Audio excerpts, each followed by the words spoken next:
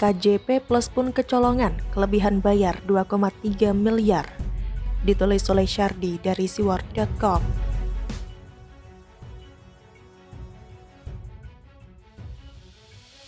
Masih seputar kelebihan bayar yang menurut beberapa orang bisa menjadi modus baru korupsi. Logikanya simpel, ketika ada objek yang menerima kelebihan bayar, uangnya buat apa? Atau ketika objek yang menerima kelebihan bayar itu sudah tidak ada, entah pensiun atau wafat, uangnya kemana? Semua ini patut dicurigai kan? BPK menemukan Anies masih membayar bantuan pendidikan KJP Plus kepada ribuan siswa penerima KJP Plus yang sudah lulus dari sekolahnya. Ketua BPK DKI Pemut Aryo Wibowo mengatakan, Pemprov DKI menyalurkan KJP Plus kepada total 870.565 siswa penerima dalam penyaluran KJP Plus tahap 1. Kemudian DKI menyalurkan KJP Plus tahap 2 kepada 849.251 siswa. Keduanya tertuang dalam surat keputusan atau SK Gubernur DKI Jakarta. Dalam temuan BPK tersebut ternyata sebanyak 1.145 siswa dari penerima KJP Plus sudah lulus dari sekolahnya dan mereka masih menerima KJP Plus tahap 2 tahun 2020 dari Pemprov DKI. Nilainya sebesar 2,3 miliar rupiah. Seharusnya data siswa sudah lulus pada SK KJP Plus tahap 1 tersebut tidak boleh tercatat kembali pada SK KJP Plus tahap 2 untuk tahun ajaran Juli sampai dengan September 2020 karena siswa tersebut seharusnya telah berakhir tahun ajaran sampai dengan Juni pada penyaluran dana KJPP tahap 1, kata Pemut. Pemut menilai terdapat kelemahan pendataan penerima KJP Plus yang tidak sesuai kondisi kelas siswa, sehingga menyebabkan ada siswa yang tidak berhak namun menerima dana bantuan pendidikan. Atas ketidaktepatan sasaran ini, maka dana KJP Plus senilai 2,3 miliar rupiah seharusnya ditarik dan disetorkan ke kas daerah karena tidak sesuai dengan kondisi kelas siswa, kata Pemut.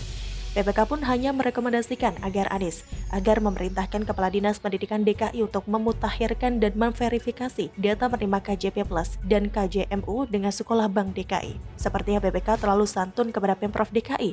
Berkali-kali ditemukan gagal bayar tapi cuma begitu doang. Kosa katanya pun sangat halus. Kalau tidak pemborosan ya kelebihan bayar. Istilah yang sangat tidak layak. Coba pikir pengadaan mobil pemadam kebakaran, proyek PLTS di atap gedung sekolah, subsidi untuk Transjakarta, pegawai wafat dan pensiun tetap digaji, pengadaan alat rapid test, pembeli masker, pengelolaan air limbah, dan sekarang KJP Plus. Total ada 8 yang saat ini diketahui terjadi kelebihan bayar atau pemborosan yang luar biasa. Kalau ada yang lain lagi, silakan pembaca tambahkan lagi di kolom komentar ya. Kalau ini di perusahaan swasta, siapapun yang bertanggung jawab pasti akan langsung dipecat segera.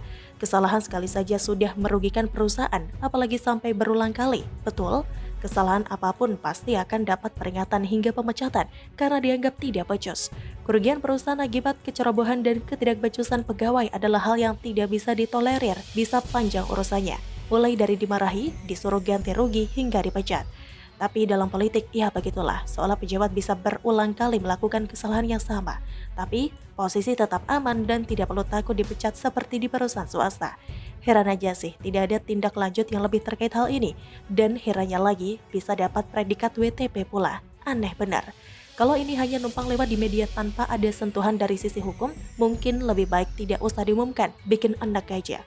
Begitulah kalau orang yang sebenarnya tidak kompeten tapi memaksakan diri mengaku mampu, amburadul kinerjanya, pengelolaan keuangan seolah ugal-ugalan, kelebihan bayar sana-sini, kalau tidak ketahuan mungkin bakal lolos, kalau ketahuan katanya nanti akan klarifikasi, mungkin sedang memikirkan alasan apa yang mau diungkapkan nantinya, pemborosan yang tidak ada hentinya.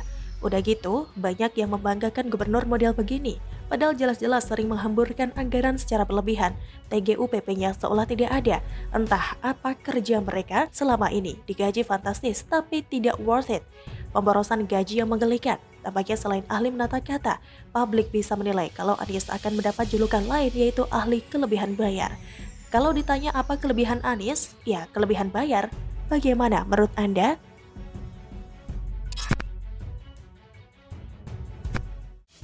Gak belajar dari kegagalan, HMI serukan demo kepung istana, kena sentil Ade Armando. Kok jadi dagelan? Ditulis oleh tim redaksi jurnal dari berbagai sumber.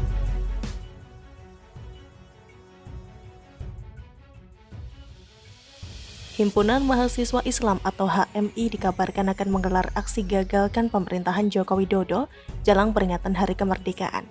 Kabar tersebut dibagikan oleh akun yang bernama Civil Society Watch atau CSW melalui akun Instagramnya. Pada unggahan tersebut, CSW menampilkan sebuah surat edaran yang menyebutkan akan dilaksanakannya aksi menuntut Presiden Jokowi.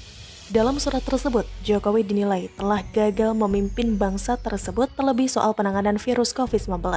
HMI bikin aksi, cari bohir, tulis akun @civilsocietywatch, dikutip terkini.id pada Rabu 4 Agustus 2021. Seruan aksi HMI gagalkan Presiden Jokowi, CSW membagikan sebuah surat edaran yang diduga merupakan seruan aksi pihak HMI untuk gagalkan Presiden Jokowi. Dalam surat tersebut, Jokowi dinilai telah gagal dalam 2 tahun kepemimpinan di periode kedua Jokowi ini. Seruan aksi tersebut diserukan pada seluruh anggota HMI pusat dan juga anggota HMI cabang.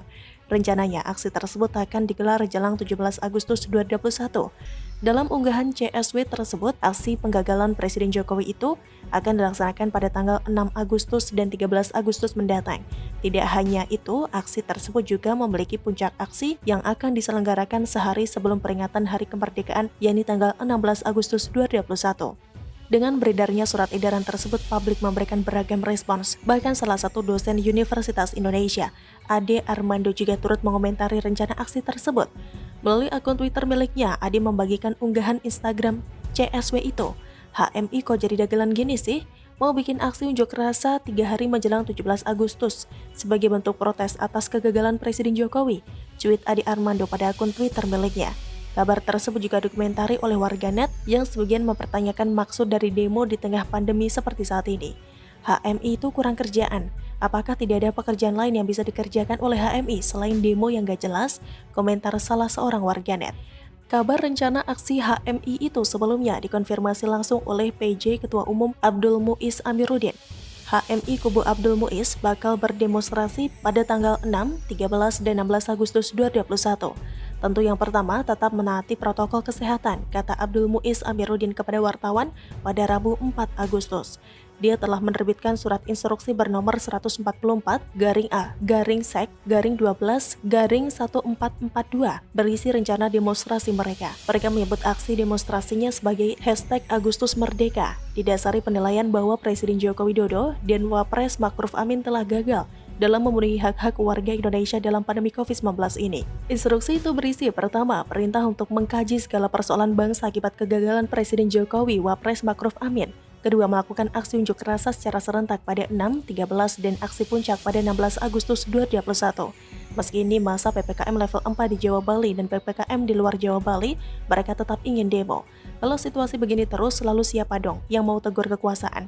Kan harus ada yang mengambil peran mengingatkan pemerintah agar negara ini diurus dengan benar. Selama ini kita sering mengkritik via media dan lain-lain, tapi tidak direspons. Pilihan ini adalah pilihan terakhir yang kami lakukan karena pilihan sebelumnya tidak direspons, tutur Muiz. Sementara itu, Ketua Umum PB HMI yang terpilih berdasarkan hasil Kongres 31 di Surabaya waktu lalu, Raihan Aryatama, menegaskan bahwa pihaknya tidak pernah mengeluarkan surat tersebut. Tidak ada instruksi untuk menggelar aksi #Agustus Merdeka, kata Raihan saat dikonfirmasi Merdeka.com pada Rabu 4 Agustus.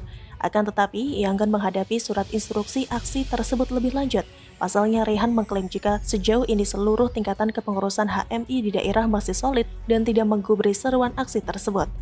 Batko dan cabang sejauh ini masih solid, tidak di bawah instruksi manapun. Jadi untuk instruksi yang beredar itu atau aksi #Agustus Merdeka bukan dari PBHMI, tegasnya. Bagaimana menurut Anda?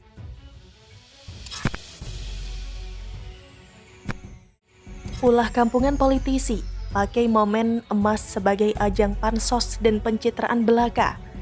Ditulis oleh Widodo SP dari siwar.com.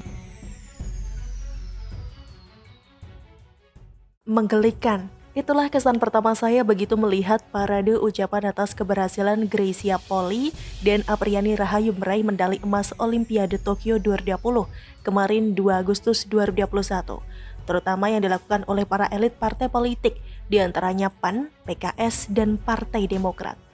Yang menggelikan lagi adalah munculnya dua ikon Partai Demokrat, siapa lagi kalau bukan AHY dan Ibas, dua anak Pepo SBY. Kenapa nggak sekalian mengajak ayah dan jajaran pengurus partai kalian? Kan lebih seru tuh. Jangan ding, muncul sosok AHY dan Ibas dengan ukuran foto sendiri yang lebih besar daripada ukuran foto duet pemenang medali emas itu saja sudah cukup menggambarkan betapa tidak tahu dirinya mereka. Seperti ulah politikus lain yang sama persis karena memanfaatkan momen emas sebagai ajang pencitraan kampungan semacam itu. Betul kan, saudara-saudara? Iya, jelas kampungan tindakan semacam ini karena terkesan tidak tulus dalam memberi ucapan selamat atas perjuangan anak bangsa yang tidak semudah editing foto, mungkin dengan aplikasi tertentu, lalu tinggal pasang di media sosial tak lupa logo dan nama partai jangan sampai ketinggalan. Itulah zaman sekarang, pansos alias panjat sosial. Gak sepenuhnya salah sih, apalagi sampai berdosa dan terancam masuk neraka jahanam. Tapi ya itu tadi, gak tahu diri aja sih. Masih mending jika sebelum atlet kita tanding, mereka dukung dana untuk latihan, membiayai keberangkatan atau setidaknya ngasih uang saku beberapa juta rupiah dari kocek pribadi mereka. Namun saya yakin kok nggak akan terpikir bagi para pansos momen emas itu untuk melakukannya. Betul tidak? Ulah mereka mirip gubernur DKI Jakarta yang seolah kerjanya hanya menanti momen yang bagus untuk pencitraan politiknya. Misal terkait COVID, begitu ada momen yang bagus, tampillah dia dengan tatanan kata yang dibuat sebagus mungkin. Giliran kondisi gawat, seperti masuk bunker anti peluru dengan gantungan kertas di pintu bertuliskan, "Don't disturb me." Bagaimana dengan Presiden Joko Widodo yang tidak hanya ucapkan selamat lewat medsos resmi beliau, tapi juga mengunggah percakapan via video call dengan sang juara ganda putri tersebut. Kalau Jokowi, wajarlah karena beliau Presiden RI yang pastinya berperan aktif dalam memberi dukungan sejak awal, bahkan memastikan soal bonus yang akan diterima atlet Indonesia setiap kali berlaga di pentas olahraga internasional. Lah kalau AHY, Ibas, juga kader Parpol, PAN dan PKS, apa sumbangsi mereka selama ini? Kalau misalnya mereka mendadak ngakunya tergerak memberi bonus kepada Greysia dan Apriani meraih medali emas nantinya, saya sangat yakin kalau tidak melakukan dengan ketulusan, karena mesti ada embel-embel atau timbal baliknya.